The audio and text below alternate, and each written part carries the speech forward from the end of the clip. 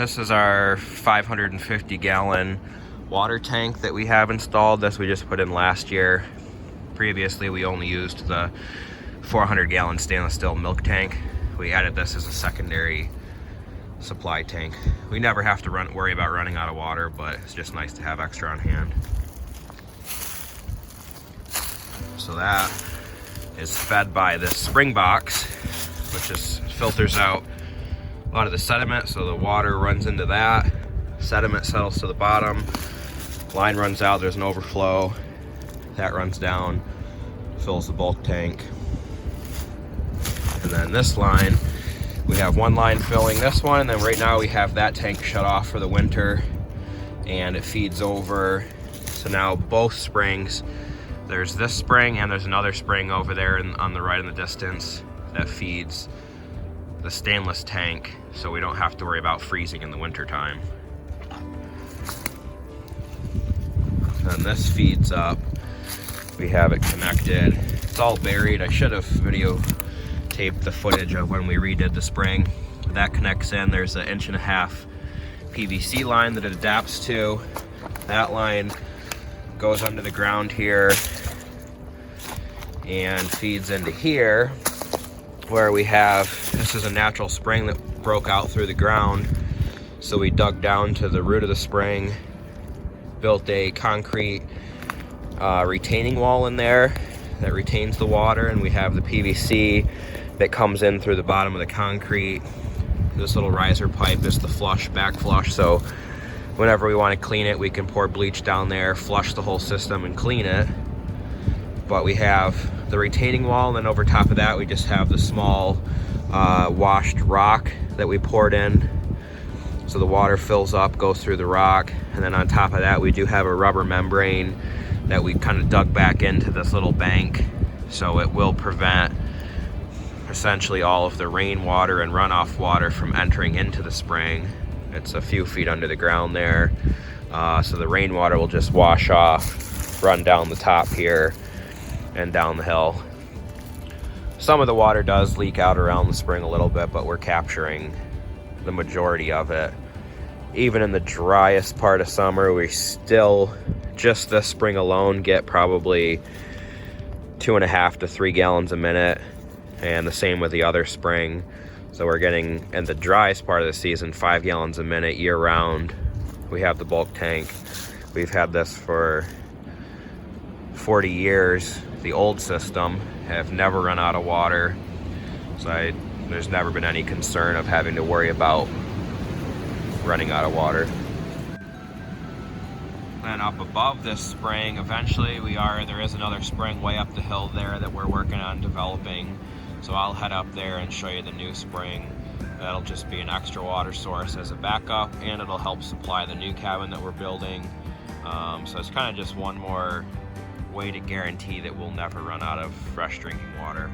And this is all clean, drinkable spring water that we don't have to filter. There's no need to filter it. We've had it tested, and it's all safe for drinking straight out of the tank. So this is the stainless steel bulk milk tank that I was talking about. So we have the line that goes up over to that other spring. You can see the other bulk tank in the background. There's the pond, there's the cabin. Looks dirty on top, but it's all sealed, so we don't have to worry about stuff getting in there. And in the springtime like this, usually first thing we'll do is we'll clean the cover off, wash it all down with bleach.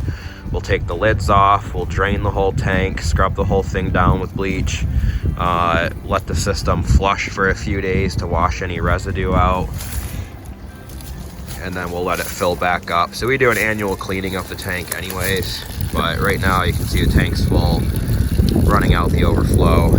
So we have garden hose, water safe, that goes down to feed the small cabin, and then we have a bigger 1-inch line that comes out around and down the hill and feeds the main camp. And there's about 100, I think a little more than 100 feet of drop there, so we have 43 pounds of gravity pressure down at the main camp, so there's no need for a pump.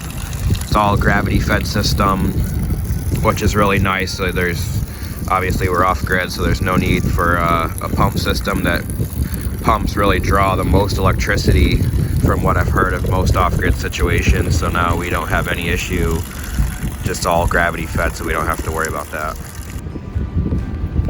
So now we're up another couple 100 feet from the other plastic bulk tank that we have. It's about 50 to 60 feet in elevation change, so you get more pressure from this location. And this is kind of our prep to developing a new spring system. This one has the potential to be really a huge spring system by itself. So we've dug a trench. One spring breaks out here, continues down the trench, goes to another spring system. So we have two big springs that converge in this one trench. So pretty much what we would do is dig a little more to the head of the spring, capture one of them there, build a concrete retaining wall like we did down at the other one, fill it back in, have a pipe underneath leading over to this other head of the spring. And this one's really got quite a lot of water running out of it. Don't know how easy it is to tell in the video, but there's a lot of water running out of here. That goes down the trench and down to where we have a capture point right now that'll take you over to. But just the spring alone, we tested even in somewhat dry season, runs about 10 gallons a minute by itself. So this is pretty much double the capacity of both of the other springs we have right now, and with the elevation gain we'd have even more pressure down at the bottom. So this is the capture point that we have right now. This is purely was just for testing purposes. It would all be filled in way back at the head of the spring, so we're not risking having as much runoff contaminating the water, and the whole trench would be filled in, so any runoff would be able to just run off and continue on down the hill and not have to worry about that. But we have even a lot of springs around it right now that we're losing quite a bit of spring water as well. But this is our test collection point right now. There's a lot of water running around it, but we just have a PVC pipe in the bottom that has holes drilled in it. That little 5-gallon bucket as kind of a dam, connected to a 1-inch poly line that runs, I want to say from here all the way down to the main cabin is like 600 feet of line. And from this location we have about 150 feet of elevation. So this is a view facing up the trench. So it's only a couple feet deep. But we would dig down farther up at the head of the springs so we could capture more of the water and then backfill everything with the line running down through the trench here.